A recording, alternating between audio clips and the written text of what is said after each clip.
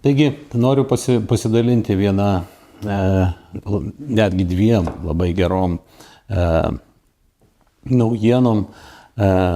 Ką tik sužinojau, kad jau galiu pasakyti, nors buvom su Lietuvos geležinkeliais ir susitarę, kad kol kas nekomunikuosim, kol rezultato neturėsim. Taigi po mano nuvykimo į Lietuvos geležinkelius ir Lietuvos geležinkelių vadovybė tikrai atsižvelgė ir labai geranoriškai pradėjom tos žingsnius, kad atsirastų pas mus geresni traukiniai, galbūt ir greitesni traukiniai, bet ir atsirastų traukinys į Daugpilį.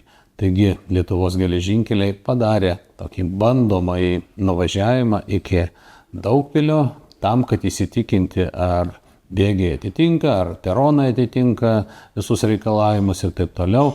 Ir džiugina tai, kad gavau informaciją, kad šis bandomasis traukinys įvyko puikiai ir viskas atitinka ir tą galime planuoti jau kitais metais leisti tokį traukinį iki Daugpilio. Taip pat džiugina ir mūsų kaimynų Daugpilio meras jau nusifotografavo, pamatęs, kad Lietuvos pusė su tą iniciatyvą vykdo ir tarp mūsų savivaldybių bus tikrai geresnis susisiekimas, geresnis kontaktas.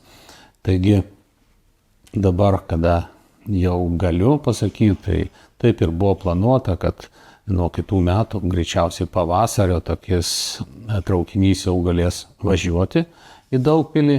Dabar, kiek žinau, yra tik tai klausimas, ar Latvijos pusėje planuojami geležinkelio remonto darbai bus užbaigti laiku ir kada tas laiku. Jie kol kas kalba apie pavasarį, kad užbaigs, tai tikiuosi, kad užbaigs gal net ir greičiau ir nuo tada jau Lietuvos pusė yra pasirengusi paleisti tokį maršrutą, tokį traukinį.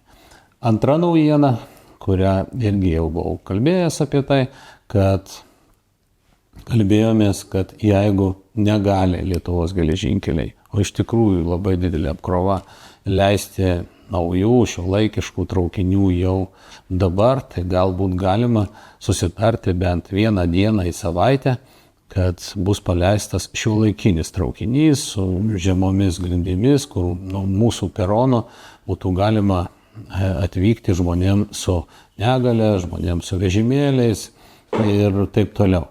Taigi informavo Lietuvos geležinkeliai, kad jau nuo kitų metų sausio mėnesio kiekvieną ketvirtadienį jie leis tokį traukinį, todėl žmonės galės planuotis, galės susidėlioti savo keliones savaitės bėgyje, kad tiems, kuriems reikia į Vilnių ir atgal ir jie turi kažkokias tai judėjimo sunkumus, jie galės pasinaudoti jau šiuolaikiniu traukiniu, į kurį nereikia kopti, kopėčiamis, kaip iki šiol buvo. Aišku, noriu patikslinti iš karto, kad kol kas kalba eina apie žiemos sezoną, kol yra ne turistinis sezonas, taip vadinamas. Taigi, bet ką gali žinot, pradėsime sausį, gal gegužės mėnesį jau vėl kita situacija bus ir bus jau tas traukinys visas savaitės ir vasaros metu. Reikia džiaugtis tuo, ką turime, džiaugtis tais rezultatais, kuriuos dabar gavome ir tikėtis, kad tie rezultatai bus dar geresni ir viskas bus pas mus gerai.